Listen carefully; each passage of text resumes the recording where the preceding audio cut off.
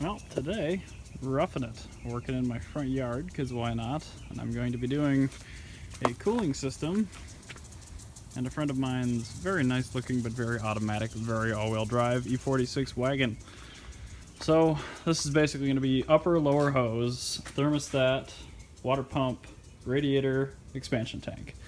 I call that a full cooling system. You can go as nuts as getting a new plate between the radiator and the expansion tank, the intermediate plate that handles all the transmission fluid exchange with the coolant and all that stuff, and you can also get a new temperature probe for the lower hose. I generally don't replace either of those on a maintenance swap like this. This car is 100,000 miles.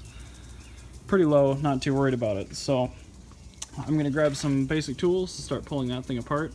Sorry, gotta pay more attention to where I'm pointing this thing. And yeah, shouldn't take too long. But I'll kind of walk you guys through what I typically do and what to expect when you're actually doing this job. Alright, so we're going to start with the nose panel cowl thing. It's just these two-piece clips. You can do a lot of different things to get these apart. I prefer decent pliers. Just pull up, center pin comes out, and then you can just get this part out by hand. Just pull straight up. Once you've done that, it pulls out this direction from the snorkel on the airbox. Two 10mm bolts there, a 6mm hose clamp there, a plug here for the mass airflow sensor, and then the airbox lifts out. One additional piece, there's a little barb on the back of your airbox right here. You have to lift this tab off of it, so just grab her on the back and pull up. That's what she said. Anyway, once you're at this point, next step is basically, if you have an automatic transmission, undo the fan clutch. That's a 32mm reverse thread nut. So break that loose, spin it all the way off. We're going to pull it off with the shroud. If you have a manual, your next step is take the shroud off. So ignore this step right here and then come back in a second. So I have the special fan clutch tool and holder. I have the left one over one of the 10mm bolts you see down there, and I'm pushing down on the right one. Just give it a good little kick and it should snap loose. And then obviously just kind of spin the fan until it backs all the way off. Then you start working with the two electrical connectors. That one pulls straight off. This one's similar, but it's got the two tabs you smush in, pull out. You got a Torx T27 right here, and another one of those two-piece plastic clips. Use maybe a needle nose pliers for that. Pull those two out, and then once the fan is sitting in the shroud, pull it all out together. So those like to come out as a unit. Again, if you have a manual transmission car, you're just going to have an electric fan in that shroud. Same two fasteners, pulls right up. Same plugs, everything. Next step is push down on the top metal tab, pull up lightly, put that out of the way. Kind of order of operations here for me, it's going to be take these little plastic covers off of the main belt idler and the auxiliary. Underneath there, you're either going to find a Torx T40 or an 8mm Allen generally. You're going to want to use a relatively large breaker bar or ratchet on those to turn counterclockwise. Doing that loosens the belt tension and you can take the belt off. This one, the belt's actually in pretty terrible condition. I might see if a local store has one because it would be silly to not change it. After the belts are off, obviously you have to start with the AC one to get this belt off. These connectors right here, I will grab a pick, but you can do it with a screwdriver as well. You're going to get underneath this little tab right here, pull it out, and then that lets you push the connector off. But first step here is going to be drain the coolant. Get a catch can underneath the car. I do recommend taking the plastic under tray off because it's hard to get it through the hole otherwise. There is a drain plug on the bottom of the expansion tank. It's a standard or a Phillips. You can do it either way. So drain it from the expansion tank and then also drain it from the lower hose. Once that's done, pull up on this tab Oh, hopefully it's not as stuck as mine, and hopefully it doesn't come off like that. It's not supposed to come off all the way, even though that's fine. Once you've drained the coolant, take a pry bar and gently pry that out of the plastic. There's going to be a lot of coolant that comes out of it because the cooling system actually runs coolant through that heat exchanger, and the 2 lines you see on the back are automatic transmission fluid cooler lines. So again, first step, drain the coolant. Second step, get the belts off. And then third step, get the hoses off. I'll show you how to do the hoses real quick.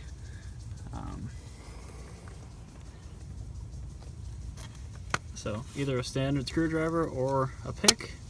That's literally all you got to do. Now just manhandle the hose off of the connection, and it's the same for that one, and both the lowers. So on this car, it looks like we got an 8mm Allen on one and a Torx T40 on the other. One other hose I forgot to mention. Down in there, there's another one right there. Another one of those pull-up clips. Sorry. So pull that one up and then slide that off as well. So again, clockwise, you can see it took the tension right off the belt. And I'm gonna try to do this one-handed, which is really, really stupid.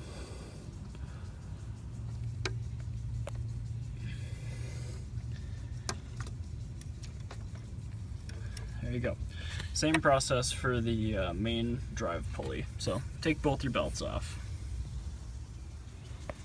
So next up is our expansion tank. You can see a tab right down here. Wiggle that off to the side. And then this is going to feel really, really bad, but you're going to have to pull up as hard as you can, basically, while wiggling back and forth on this until it comes loose. You won't hit yourself in the face probably because there's a radiator neck right there, but again, it's going to take some force if this hasn't been off for a while. So a couple quick things. One, on an automatic car, this is your trans cooler thermostat. If yours is in good shape, it will not come out in multiple pieces. Like this car, if it's in bad shape, that'll come out in multiple pieces. You can still reuse it like that, but you have to pay very special attention to what order these pieces go back in. There's a brass plunger, a spring, and a plastic retainer. But the main reason I'm showing you all this is when you get the expansion tank off, you're going to have to press down on this tab. Oh my, it fell. Press down on that tab and pull away from the sensor like that. And then you can take the expansion tank out of the car. Bam, there you go. This one, 2004, original to this car. So all of this cooling system, it was well in need of change. Next up for me is going to be that Torx right there. Once that's out, you can very carefully start finagling the radiator out of the car. It's another T27. Radiator's loose. One more clip. Down there in the center of the screen, you see another one of those pull-up, push-out clips. Well, I actually just went to the parts store. I talked to the car's owner, and we're getting a new belt, a new fan clutch, and we're going to do spark plugs, because he doesn't know when they were last done. So next step, still continuing on with the cooling system, taking the thermostat off, and then taking the water pump pulley off. 4 10mm on the water pump pulley. Take those off. The pulley's plastic, so be careful. On the actual thermostat itself, I believe there's one 13mm on the top. There's an 11mm up here you also have to take off. Get the bracket out. And then there are 3, maybe 4 10mm on it as well. So zip all those off and should be ready for the next step. Next up, 4 10mm bolts on the water pump. And that pulls straight out. And there you have it, all completely removed. It's kind of the reverse of removal to reinstall everything. A couple of things on the radiator. You're probably going to be transferring over your intermediate plate. It's pretty easy to do. I think there's only a couple of Torx screws. There's one on the bottom, there's one on the side on the top up here. And it basically just clips on around the pieces of the aluminum on the radiator. And then this bottom piece here comes off and transfers as well. So that just pushes right on. I recommend buying a new one of these maybe every other cooling system. They usually stay pretty nice, so I wouldn't worry about it too much. This radiator is in fantastic condition given the miles it's done. And then also you're going to want to check, and I'll show you this when I get the new radiator out of the box. The automatic and manual transmissions use a different plug inside here, one of which gives fluid flow to the heat exchanger, one of which does not. So if you put a manual plug in an automatic car, you will probably roast your transmission. And if you put an automatic plug in a manual car, you're going to end up with all of your coolant coming back out of it very quickly. So something to think about. What I'm going to be doing right now is putting the water pump back in, and then I'll probably come back and just kind of go over it even as it's going back together. Here's my new unit. This is an FMI. This is about as cheap as I would go on a replacement water pump, but these are just fine. These are sold by Amazon primarily.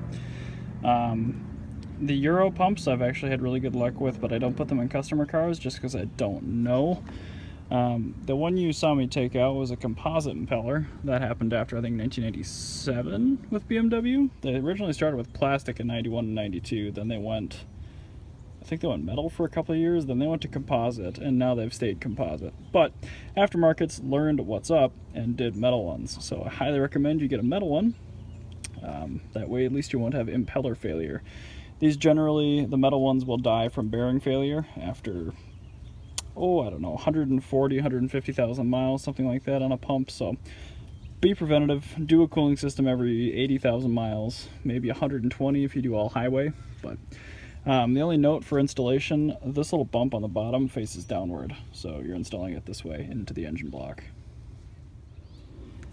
Now ordinarily, these actually seal really, really well, but the previous owner had a bolt break off in the timing cover, so if I can't get that out with a vice grip, I'm going to go ahead and RTV a little bit around the gasket and just kind of hope for the best. Water pump's in. I was able to get out and replace that 10 mil. Didn't really have a spare bolt, so I stole one of the airbox ones because you can replace one of those at any time very easily. I still had to do a little bit of RTV around the whole thing. Don't forget your 11 mil up top. And then once you're done with that, it's really time to get your new radiator out and start transferring stuff over. There they are. You can definitely see the difference between a used Nissens radiator and a brand new one right there. Still, like, that one's in pretty good shape, but you should always replace the radiator. It's stupid not to. I'm gonna go inside and eat, but I will come back out and finish this up. So I just transferred over the plate, really easy. 2 screws, lift up on the bottom, then on the top. I'm going to show you the actual Nissens instruction piece because it's very, very helpful. And pardon the crappy video for just a second while I open this one.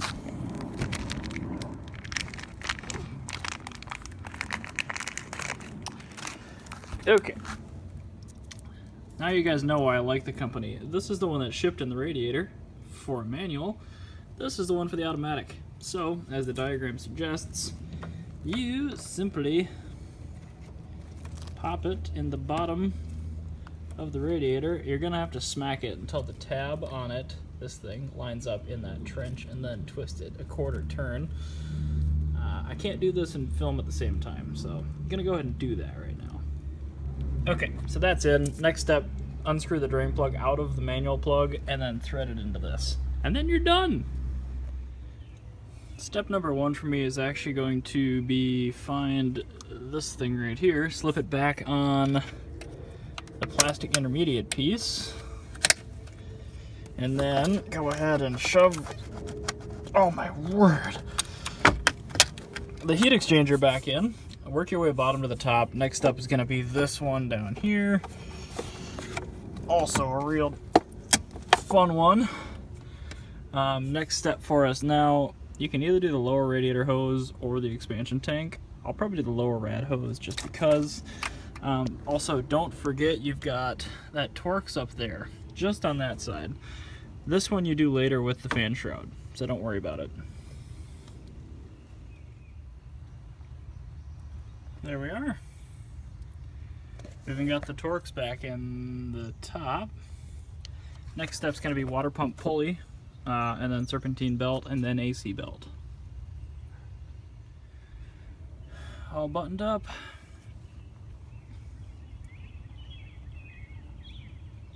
Next step up for me is going to be put the new fan clutch in the fan blade, and then getting ready to dump everything back together. For this thing, pretty simple. On the front side there's 3 5mm Allens. Take them off, bolt them into the new fan clutch, and then drop it all in as a unit. Don't you just love the look of new parts? Next up for me, I think even before I put the new fan clutch and shroud in, is I'm going to fill it with coolant. I want to do that basically just to check for leaks, make sure nothing else has to come back out. Should be fine. All new stuff usually seals pretty well. I highly recommend you use the BMW blue coolant. You pretty much have to get it online or at the dealership, but it's well worth the money. I actually have some bottles of it in the wagon for this very occasion. This is the stuff you want. This is concentrate. Yes, it's $25 a gallon, but when 1 gallon makes 2 gallons, not that big a deal. So usually what I end up doing is I'll dump the full thing in, and then I will top it up with water. My secret to filling these things is take the bleed screw all the way out and then fill that thing until you have gushing liquid coming out of that port. Then once you've got that, put your bleed screw back in, cap it, start the car, and then put your heater on full. And then once you've got heat, and as long as your temperature gauge looks like it's staying in the middle, you're good to go. At that point I would shut it back off, wait for it to cool, and then top up your coolant normally with the bleed screw shut. Mint. Won't focus, don't know why. There it goes. Temp gauge is right in the middle, nice hot heat. No leaks.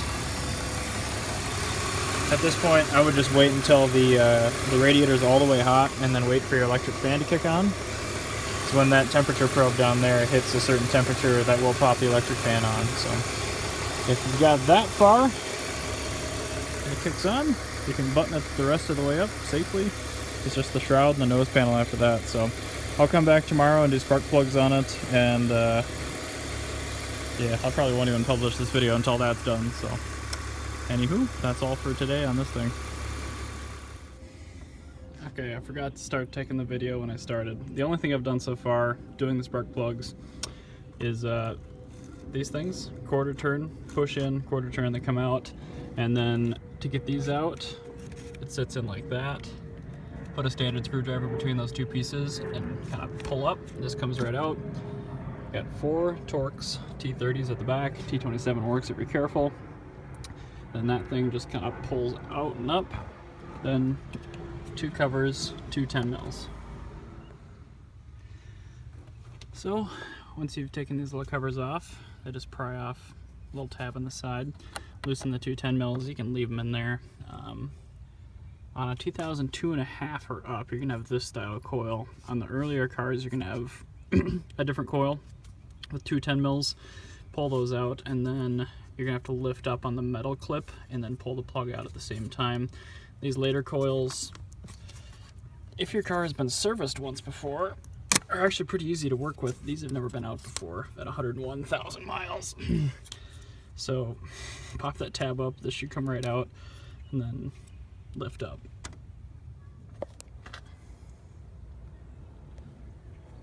So there we have it. Next step is get your 16mm socket and loosen all those up, and then get your stick magnet and pop it down in there to pull the plugs out one by one.